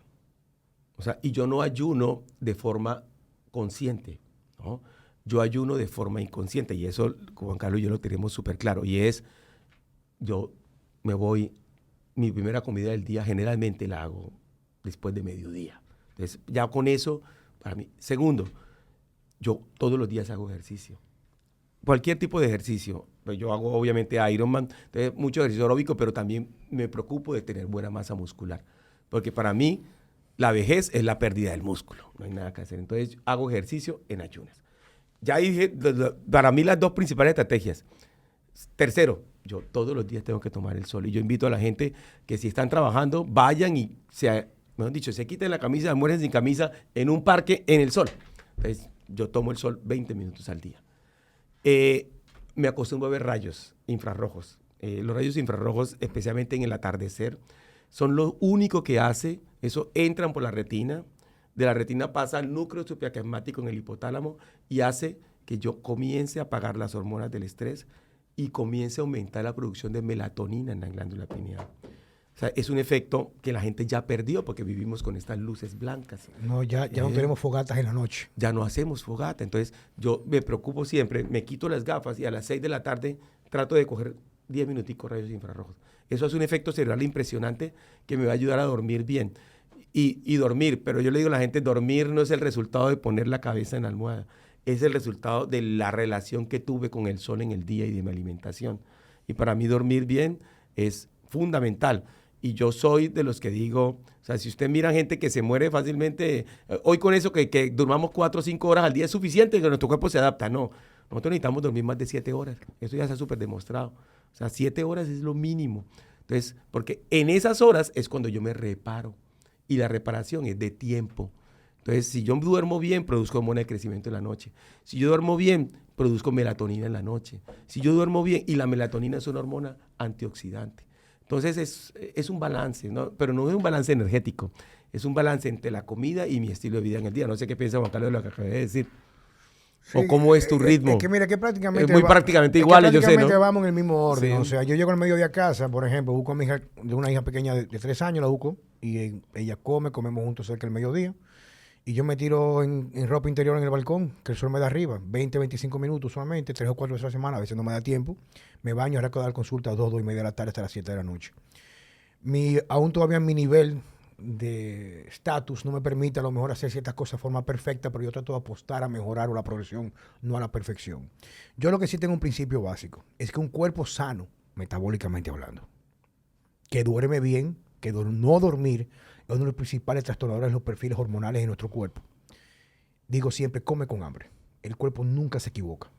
Incluso muchos de los trastornos que tenemos hoy en día, como gastritis, reflujo gástrico, porque la gente come mierda, como dirías tú, son estúpidos, pero aparte, creen que merendar es lo correcto. Digo, pero es que eres tan estúpido. Porque una de las cosas que te va a enfermar es cada vez que tú comes, tú produces insulina. Y como dice el doctor cardiólogo Mark Houston, La aterosclerosis es un fenómeno postprandial. Si cada vez que tú comes azúcar, cualquier azúcar, ese repunte de insulina acompañado con otros factores hace un proceso de endurecimiento, que no es lo mismo que la aterosclerosis, endurecimiento de las arterias. ¿Cuál es el fenómeno que puede revertir eso? Haciendo lo contrario, no comer. Por eso es que la ventaja de hacer periodos controlados en personas sanas, yo no recomiendo pasar mucha hambre, yo no lo recomiendo. Sanas. Terapéuticamente, una persona con diabetes, sí, ayunos mucho más prolongados, esa es mi filosofía. Tú ves que comienzan a revertir los procesos. Eso es lo que yo hago. Yo trato de escuchar mi cuerpo, yo como con hambre. A veces los domingos, cuando tengo poco estrés, como menos cantidad incluso, porque tengo más relajo más mi cuerpo, tengo mejores perfiles controlados de cortisol, etc. Pero más o menos es casi lo mismo, o sea... Entonces, Y hay dos cosas que quiero decir. Yo como con hambre igual, yo siempre como con hambre, y como hasta saciar, que es la otra parte, ¿no? O sea, yo no soy de contar nada. Yo digo, pero con los alimentos que yo sé que me sacian. Yo le digo a la gente, usted trate de comerse 10, o sea, una bandeja de chicharrón sola. No es capaz, porque la grasa le da a uno náuseas. La grasa es tremendamente saciadora, igual que la proteína. Entonces, si usted acompaña la carne pues con arroz o con plátano, pues obviamente va a comer de más. Va a comer de más porque el efecto insulínico que tú acabas de decir. Y lo otro, que para mí es súper importante, yo le digo a la gente, no se mida el azúcar en ayunas. No sirve para ni mierda. Mide el azúcar después de comer. Yo me cuido. Yo normalmente en el transcurso uso medidores de glucosa, pero para medirme el azúcar después de comer. Porque ¿de qué me sirve que yo tenga el azúcar en ayunas en 80 con la insulina baja en ayunas? Si después de comer postprandial voy a tener el azúcar alta. Yo me cuido de que mi comida nunca me suba el azúcar por encima de 90 o de 100. Nunca. ¿Sí? Que es lo que llama el efecto glicémico del alimento. Y eso es un cambio de un paradigma. Porque lo acabas de decir, Juan Carlos. O sea, aquí el problema es lo que me está enfermando es el efecto glicémico postprandial, ¿no? El efecto glicémico postprandial es el que me endurece las arterias. Entonces, cuide, yo cuido mi... Entonces, no se midan el azúcar antes de comer. Mídense el azúcar a la hora después de comer y se van a dar cuenta que todos los alimentos que están consumiendo le están llevando a tener azúcar de 150, 160 y 170. O sea, niveles de insulina por encima de 20, 30, 40 y 50, que no está bien. Sí, incluso la gente está muy acostumbrada a sentir un crash, un bajón en los niveles de energía después de comer.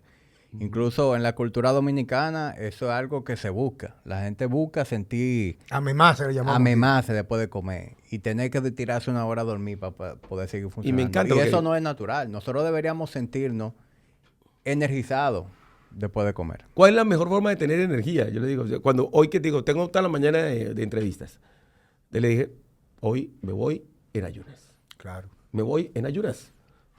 Porque mi cuerpo, ojo, no todo el mundo lo puede hacer. Y Juan Carlos dijo algo, ¿cómo sé que estoy sano? Cuando yo sea capaz de vivir sin comer. Ahí es donde yo sé que estoy sano. O sea, cuando me fluya la energía. ¿Qué quiere decir eso? Que mi cuerpo está utilizando mi energía. Yo creo que ahora mismo tú tampoco has desayunado. Nosotros los tres ahora mismo estamos en un estado de Los tres estamos de en ayuno. estado así. Y ¿no? en ese mismo estado yo entreno. Uh-huh. Y yo hago mi primera comida después de haber entrenado incluso. Y debemos pensar que cuando yo como, en realidad estoy comiendo para dar mi estructura, para dar información genética a mi cuerpo. Porque la energía, si fuera solo por la energía, yo puedo vivir, un humano normal puede vivir 3 meses sin comer, solamente con agua. Pero sí es capaz de usar su grasa como energía. Entonces, pero eso sí, pierde su estructura, ¿no? O sea, por eso es importante comer. Yo le digo a la gente, yo sé que la gente hoy en día le encanta hacer ayunos súper prolongados. Nuestro cuerpo no está hecho para eso. No, o sea, mira, yo trabajo mucho con mi cuerpo. Yo trato de ser coherente. O sea, yo lo que practico o lo que yo hablo, lo practico primero.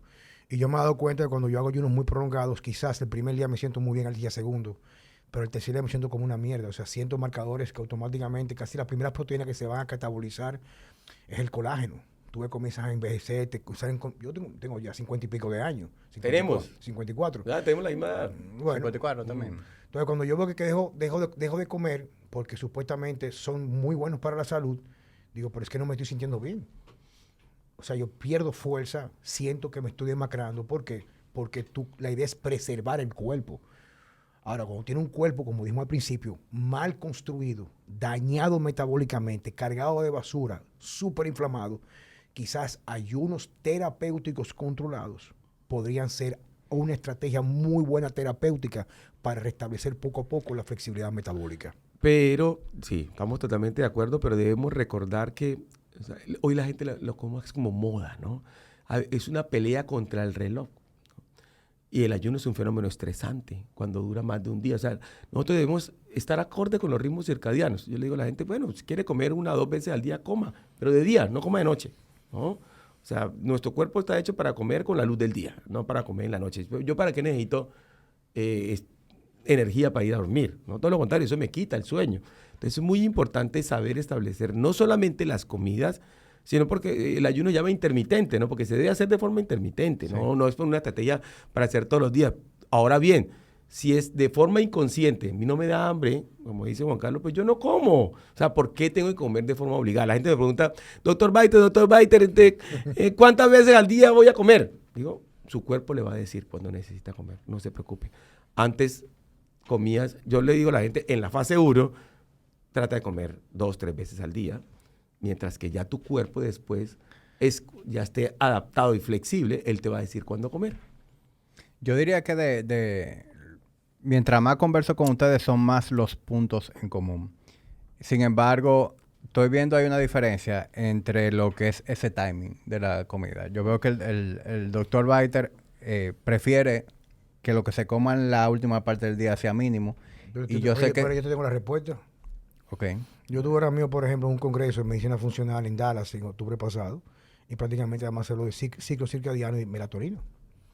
Definitivamente nosotros estamos supuestamente a comer mientras hay luz, porque hace 25.000 años de noche tú salías y te comían los predadores.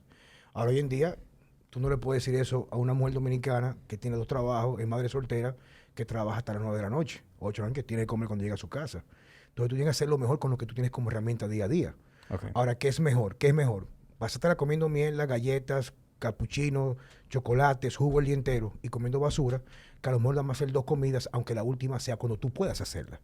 Yo siempre digo a las personas, apuesta a la mejora, no a la perfección, porque hay muchas personas que no manejan la información, no tienen la luz de ver las cosas con mucha claridad, entonces se estresan más de la cuenta y es peor.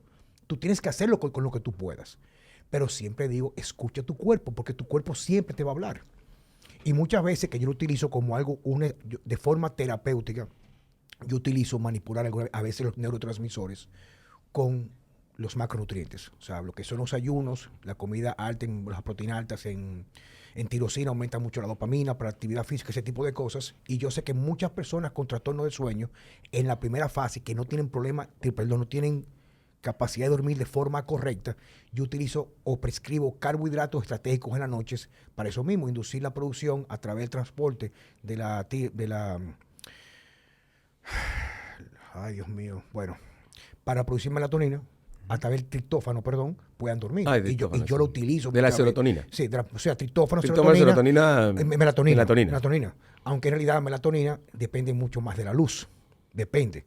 Pero como te digo a ti, no todo el mundo tiene una vida perfecta, ni vidas tan privilegiadas como la que tenemos nosotros, de poder manipular 24/7 que hacemos en el día a día. Entonces yo ando los carbohidratos como forma terapéutica. Ahora una vez se comienzan a restablecer, entonces comienzo a jugar con ellos. Okay. Y ahí es muy importante lo que menciona Juan Carlos, es lo perfecto a veces es enemigo de lo bueno, ¿no?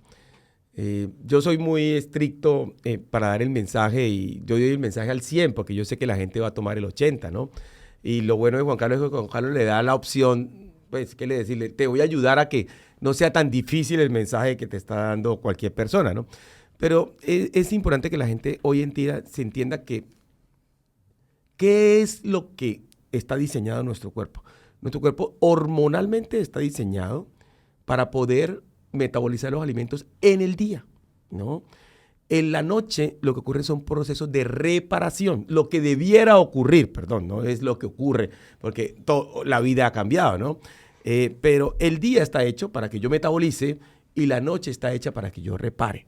Por eso yo no estoy en acuerdo con comer de noche o con comer cuando se ha ido, ¿no? Yo le digo a la gente, yo prefiero que desayune bien, no me importa la hora, pero que cene poquito y que esa cena sea antes de las 7, 8 de la noche y para que deje que su cuerpo, porque ya está súper demostrado, o sea, ¿cuáles son las principales hormonas nocturnas? Melatonina, que viene de la serotonina, que viene del triptófano. Pero la serotonina solo se produce, que la gente ha perdido la felicidad, porque la serotonina la llaman la hormona de la felicidad. Entonces la gente cree que serotonina se toma, no voy a tomar un inhibidor de la recaptación de serotonina. Entonces toman fluoxetina. No, o sea, no va por ahí. La serotonina se produce con el sol, pero la gente ya no toma el sol y por eso vive deprimida. ¿Listo? Segundo, una hormona reparadora, además de la melatonina, la más importante en la noche, es la hormona del crecimiento. Pero la hormona de crecimiento es una hormona contrarreguladora de la insulina. Eso, ¿Qué quiere decir eso? Que si yo como si yo como carbohidrato en la noche, esa noche no, o sea, y es súper sensible a la insulina. Si yo activo la insulina, esa noche no produzco hormona del crecimiento. Por eso los ayunos nocturnos, está súper demostrado, toman niveles de hormona de crecimiento a las 4 de la mañana y suben un 1000% por no comer en la noche. Y esa hormona es la que nos mantiene con la piel bonita, que nos ayuda a hacer todos los procesos de reparación de nuestro cuerpo. Perder grasa. Antioxidante y perder grasa. Sí, la hormona de crecimiento hoy en día se utiliza en los gimnasios solamente con el efecto de perder grasa, ¿no? Porque es muy buena para perder grasa además. Pero se produce naturalmente, yo no necesito inyectármela. ¿Pero cómo debo producirla? Desafortunadamente debo dejar consumir carbohidratos nocturnos, ¿no? Normalmente se produce entre 10 de la noche y 5 de la mañana. Entonces, esas 4 horas antes de las 10 de la noche es importante que no comamos carbohidratos. Por eso siempre hay un mito, yo no lo llamo que no coma carbohidratos en la noche, ¿no? Es saber en el momento exacto en que lo debo comer y cuál debo comer. Y como dice Juan Carlos, también saber cuál me hace bien y cuál me hace mal. Hoy en día yo puedo comer carbohidratos sin que me active la insulina de forma exagerada. Hay personas que pues, pueden comer ciertos carbohidratos cuando han dejado de comer carbohidratos y no les sube la glicemia por encima de 100. Ciertos carbohidratos en ellos han aprendido, porque cuando sube mucho, cuando obviamente yo tengo mucha resistencia, pero si yo vencí mi resistencia, yo ya no me va a subir tanto. O sea, a mí no me saca de cetosis comerme un poquito de arroz en el mediodía, no me saca de cetosis. Pero si yo estoy enfermo, sí me saca de cetosis de una, ¿no? Ahora, yo quiero, porque para mí, producir cuerpos cetónicos es importante. Y yo me mido mucho los cuerpos cetónicos y de pronto, pero no es porque para mí el cuerpo cetónico sea el que me sane. Y yo quiero que la gente entienda que el cuerpo cetónico en realidad es un producto de desecho, que es energético. Para mí lo que sana, y en eso estamos de acuerdo con Juan Carlos y contigo, Jamín, es todo lo que me llevó a producir cuerpos cetónicos.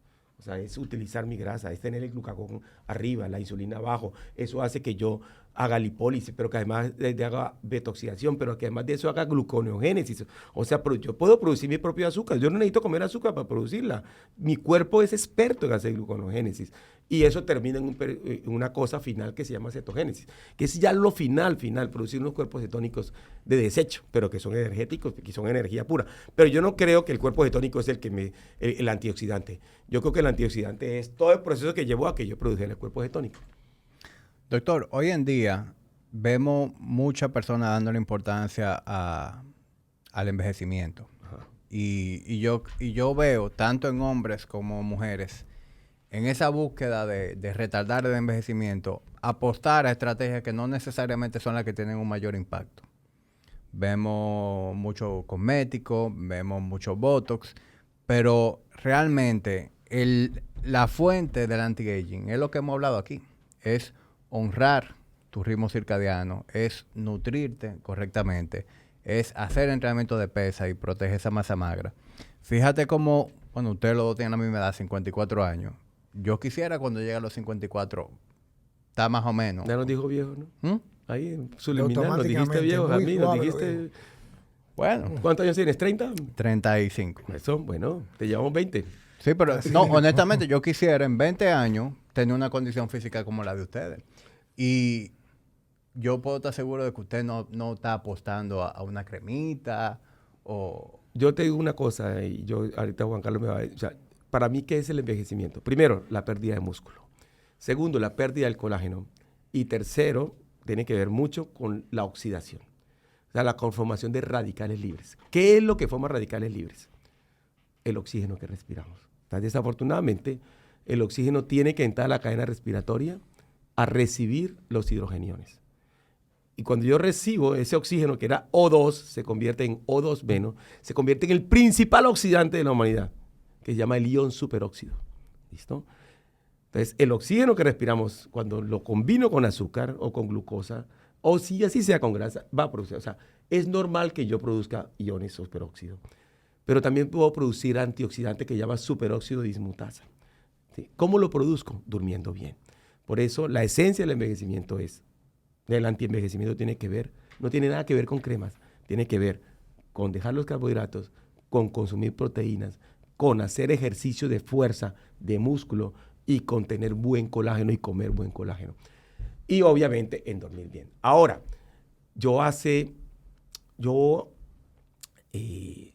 cuando trabajaba en cuidado intensivo, que estaba todo el día con estas luces azules, hice una rosácea. Digo, ¿cómo así?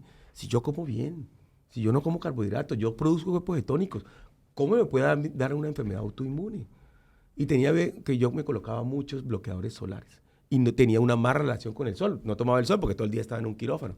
Y ahí es donde entendí que mi cuerpo, mi piel no necesita. Yo ni siquiera cuando hago ejercicio, ni siquiera cuando salgo 5 horas en bicicleta me he hecho bloqueador solar. Nunca me he hecho bloqueador solar. Ahora entendí que las cremas tienen químicos y hoy en día la mayoría de los bloqueadores sacaron de circulación en los últimos 5 años 100 bloqueadores solares. Porque tenían parabenos, tenían cancerígenos. Entonces, me estoy echando cremas cancerígenas, ¿no? Dice que para evitar el cáncer de piel. Entonces, entendí que no debo buscar nada mágico en cremas. Entendí que todo está en una correcta alimentación, en un buen sueño, ¿no, Juan Carlos? ¿Qué opinas tú? Es que es bien sencillo, Jorge, como tú lo has dicho, o sea que volvemos siempre a lo mismo y lo estamos repitiendo lo mismo. O sea, Sí. si tú tomas en contexto cómo vivían nuestros abuelos hace varios años atrás, 40, 60, 80 años atrás, no había tecnología. Aquí, cuando yo era un muchacho, nací en los años 70 y ya yo con poca edad, los programas de televisión cerraban a las 9 de la noche. No había router, no había internet, no había celulares. Tú estabas obligado a dormir correctamente. No había antena de 5G, o sea, nada que rompiera lo que eran los patrones de ciclo de las 4 fases del sueño profundo, lo que te lleva a remover toda la basura que tú produces en los procesos metabólicos de las neuronas. Lo que tú dices, reparar y eliminar basura. Por ejemplo, el proceso de desintoxicación hepática es en el sueño profundo. Exacto. La limpieza, por ejemplo, del cerebro, todo lo que tú produces, incluso cuando tú produces lo que es la adenosina en el cerebro para producir el sueño, que se libera con la melatonina, todo responde a lo que tú dices. Cómo tú incrementas, por ejemplo, la melatonina intracelular para las mitocondrias como principal antioxidante. Sol. En el día. En el día, en el sol, que no lo utilizas sino en la noche ya pineal para dormir. Entonces, ¿cómo tú consigues mejorar? Haciendo un estilo de vida que vaya honrando lo que tú estás supuesto a hacer en función a lo que es correcto para nosotros. Mientras tú más te distancias de eso, el cuerpo rechaza envejecimiento prematuramente. Todo lo que es estrés oxidativo conlleva liberación de algunas hormonas que lo primero que hace es crear energía a partir de las proteínas estructurales. Envejece prematuramente, se te arruga la cara, pierde elasticidad en la piel. ¿Por qué? Porque la primera proteína estructural que se va a degradar es el colágeno. Entonces, cuando tú haces todo lo correcto, ¿qué dale qué? Factores estructurales. ¿Cuáles son los factores estructurales en la alimentación? Grasas, proteínas. Somos grasas y proteínas. Y ojalá todas con dientes. ¿Entiendes? Sí. Tú haces eso. Tomas el sol suficiente, creas las condiciones, vas al baño, te hidratas, etcétera. Son pequeños pasos que hacen grandes diferencias. Entonces ya tú envejeces dentro de lo que, fuera de lo que se ha querido normalizar hoy en día. ¿Cómo es? Con gracia, con funcionalidad y con todas tus facultades. Porque yo siempre digo, Jorge, es verdad que nacemos y no sabemos cuándo vamos a morir, pero sí podemos elegir cómo vamos a vivir. Y todo está en esa calidad, en esa transición de un inicio al fin. Y para terminar la frase, porque me encanta de este programa que dice Juan Carlos, es: puedo decidir cómo quiero vivir, pero también debo decidir cómo quiero vivir mis últimos años, ¿no? Y yo tengo una frase que me encanta y es: la vida inicia a los 80. Y a los 80 es la única forma de que yo sé que viví bien o que viví mal o que viví, como yo digo, para nutrirme y llegar a esa edad energético y feliz. Y que yo pueda morir, no enfermo, sino morir de viejo. Estuve hace poquito en una reunión de 80 años que cumplió el mejor amigo de mi suegro. Todos estaban enfermos, uno con cáncer de próstata, el otro principios de Alzheimer. O sea, esa es la forma como queremos llegar a los 80. porque decidí comer lo que me diera la gana. Como dice, a mí no me quite, doctor Baiter, no me quite, a mí no me quite. A mí no me quite, ya, déjeme, yo adapto la dieta a mí. Digo, no, yo puedo decidir cómo vivir en la forma que quiero morir también, ¿sí? Porque yo, si soy diabético, yo ya sé que voy a morir. O sea, todos los diabéticos mueren infartados, o mueren amputados, o mueren ciegos, o mueren sin riñón. Entonces, si yo ya sé que soy diabético, yo ya sé cómo voy a morir y a qué edad voy a morir. Los diabéticos mueren antes de los 70 y mueren de esto. Por eso ya hoy en día me encantó. Ayer conocí a una chica que me dijo, doctor, a mí me dijeron que era diabética. Pues yo dije, yo no soy diabética, y revirtió su enfermedad. Entonces, uno sí puede decidir cómo quiere morir.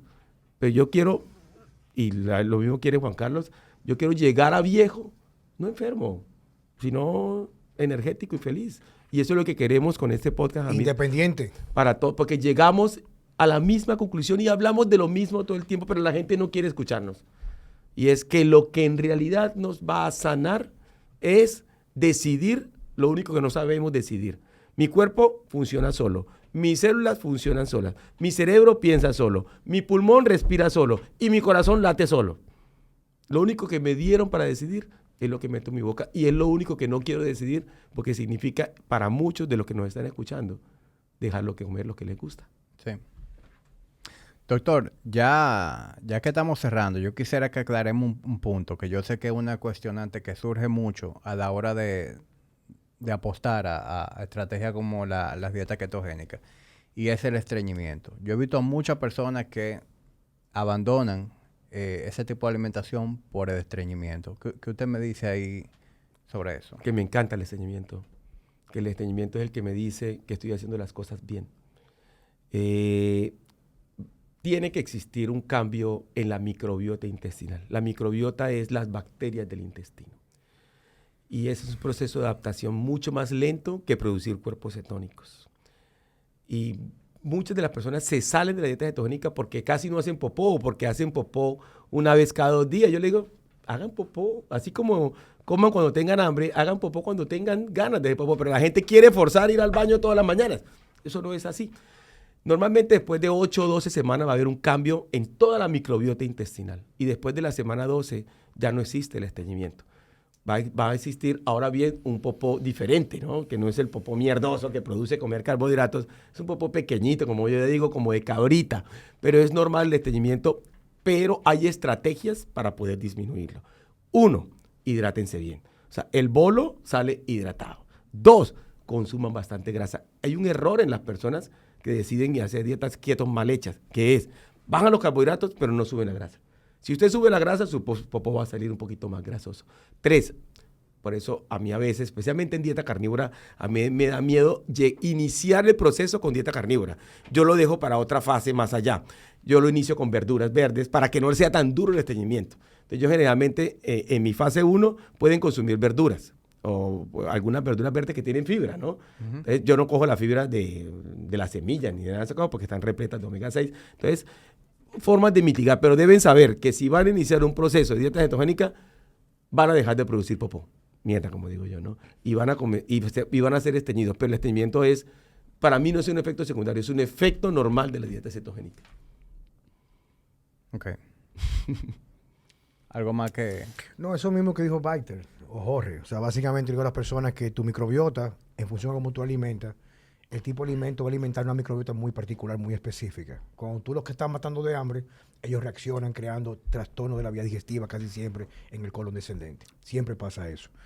Yo utilizo algunas estrategias de suplementación. Yo utilizo, por ejemplo, óxido de magnesio, que prácticamente no se absorbe. Tú le das 2 o 3 capsulitas a la noche y bueno, vas resolviendo el problema porque hay personas que insisten. Igualito lo hago yo. Buenísimo. Sí, lo mismo. O sea, la idea es darle algo que en realidad no la acere ese proceso de reparación. Pero nunca le damos semillas. Lo No, claro. Eso no es una opción porque entonces lo que haces por un lado lo daña por otro. Sí. Y entonces, pero lo que tú has visto y yo he visto, qué pena interrumpirte, Juan Carlos, es que cuando en todas las enfermedades del colon, cuando llamamos de colitis ulcerativa idiopática, enfermedad de Crohn, colon irritable, o sea, todas estas enfermedades prácticamente se curan cuando yo dejo de comer carbohidratos o se modulan de una forma impresionante. O sea, cuando yo decido comer lo que el diseño original, grasas y proteínas. ¿No es verdad, Juan Carlos? Sí, o sea, y en ese mismo orden, Jorge, como tú decías, hay personas que cuando dicen yo estoy haciendo dieta cetogénica, Yo le digo, cuéntame qué tú comes. Y creen que comer dieta cetogénica es cualquier cosa que no tenga carbohidratos, salchichas, etcétera. Sí. O sea, es alimentos no procesados. Chicharroncito. Y aparte debe haber una transferencia del aporte energético de si no vas a comer carbohidratos, tienes que reemplazar por obligación con grasas. Si no lo haces, entonces vas a forzar a tu cuerpo, a veces con un incremento excesivo de las proteínas, se convierte excesivo sin un aporte de grasa y comienza a hacer glucogénesis con la proteína. Entonces, por eso es muy importante educarte y orientarte con personas que entiendan cómo hacer el enfoque a través de tus requerimientos específicos, sabiendo tu historia. Esa parte me encanta que acabas de decir y tienes toda la razón, que si yo no como la suficiente cantidad de grasa, mi cuerpo va a echar mano a la proteína que como, con el efecto insulínico que tiene eso. La gente dice, pero es que a mí la proteína me sube el azúcar. Dije, no. O sea, si te sube el azúcar es porque no estás consumiendo la suficiente cantidad de grasa, no porque estás consumiendo exceso de proteína. Entonces, si yo no consumo la suficiente cantidad de grasa, mi cuerpo tiene que hacer gluconogénesis de las proteínas, es lo primero que coge. Y eso va a tener un efecto insulínico. Entonces, la gente le tiene miedo y yo digo la palabra dieta keto y me sabe a mierda. Porque nos hemos hecho, o sea, hoy en día la dieta keto se convirtió en un marketing, ¿no? De vender productos. Dulces keto, proteínas keto, esto keto, snack keto. Le dije, no, o sea, me gusta más la palabra tener un estado metabólico y hormonal original, ¿no? Que es ir al mercado y comer tu carne, tu proteína y tu grasa. Sí. Hay que consumir 70% grasa. No hay nada que hacer. Por eso yo siempre le he dicho, ¿quieren ensalada? Replétela de aceite de oliva. La carne, échele encima mantequilla. O sea, lo que ayer fue tu post que vi, la carne con mantequilla por encima. O sea, si la carne no tiene suficiente cantidad de grasa, échele más mantequilla. Pero ese plato no puede ser 50% grasa. Tiene que ser 70%, porque si no, nos vamos a enfermar. Bueno, hasta ahí estamos claros. La verdad, doctor, es que hay muchísimos otros temas que a mí me encantaría seguir conversando, pero yo sé que su tiempo es limitado. Buenísimo. Oye, vamos hora y media, me parece que lleváramos 20 minutos. Yo sé que tienen una agenda de más entrevistas, pero agradezco mucho que usted tomara el tiempo de venir aquí. Me siento honrado de participar en su evento este próximo jueves, que voy a ir a tener una breve participación en el opening del evento. Pues vas a ser la persona que hace la introducción del evento y me gustaría que la gente sepa que hay, o sea, no solamente vayamos a eventos de música, yo sé que aquí la gente de República Dominicana le encanta, o eventos, no, vamos a hacer este jueves, no sé si lo podemos decir a tu audiencia. Claro. Este jueves vamos a hacer un evento para que la gente entienda qué significa comer para sanar. Yo le digo el valor, yo como médico intensivista, la gente me dice que entiende el valor de la vida, desde el poder de la muerte y de la enfermedad. La gente toma las decisiones de cambiar de vida solo cuando está desesperado. Y lo que queremos con este evento, que va a ser en el Auditorio Pabellón de la Fama este jueves 23 a las 8 de la noche, es que la gente se inspire a cambiar de vida y que no llegue a estar enfermo para tomar el control de lo que mete a su boca. Yo quiero que la gente vaya y que la gente entienda cómo es comer para sanar, cómo es comer sin miedo a enfermar. Y yo me siento honrado, de verdad, de estar aquí con Juan Carlos, de haberte conocido, no te conocía. Para mí es un placer, viejo. Y me siento honrado de estar contigo, Hamid. Gracias por la invitación, ha sido una charla hermosa. Y lo que tú dices, pudimos quedarnos aquí 4 o 5 horas porque nos quedaron 20,000 temas, pero te prometo que volveremos otra vez aquí. Sí. Y bueno, la verdad que estamos promocionándolo, pero yo ni sé si quedan asientos, porque usted es un fenómeno y hay mucha gente que quiere ir a verlo. Así que quien quiera verificar si quedan asientos disponibles, en tix.do pueden buscar el evento y si quedan taquillas, pues aproveche y cómprela. Y si no, tranquilo, lo organizamos en las graderías. O sea, quiero llenar ese evento y quiero que todo el mundo entienda que tenemos que informarnos y que debemos ser nuestros propios médicos y somos nosotros los que debemos decidir lo que meto en mi boca y no dejar que otros decidan por nosotros. O sea, si decidimos seguir al mundo, vamos a enfermarnos. Tenemos que tomar el control porque no vamos a esperar a que el gobierno diga voy a colocar una etiqueta a un alimento o mira, no van a esperar que nos digan bajemos el carbohidrato del 70 al 50 o al 40. Eso no va a pasar nunca. Somos un negocio y el negocio es redondo. El principal negocio de la humanidad está en la alimentación y en los medicamentos. Si yo quiero salirme de ese negocio, debo informarme y debo entender que yo puedo convertirme en esa máquina perfecta, hermosa y sanadora para la cual fui creada. ¿Y sabe qué? Lleve 50, 60, 70 años comiendo mierda. Es un proceso que en 4, 5, 6 meses lo puede volver a lograr. ¿O no es así, Juan Carlos? Claro que sí, Papo. Tal cual como lo dices. Gracias, Jamil. Bueno, hemos llegado al final. Gracias por llegar hasta aquí y compártale este episodio a cualquier persona que usted entienda que se va a beneficiar de este contenido, que en mi opinión es el 100%. Nos vemos en un próximo episodio de Tertulia Dura.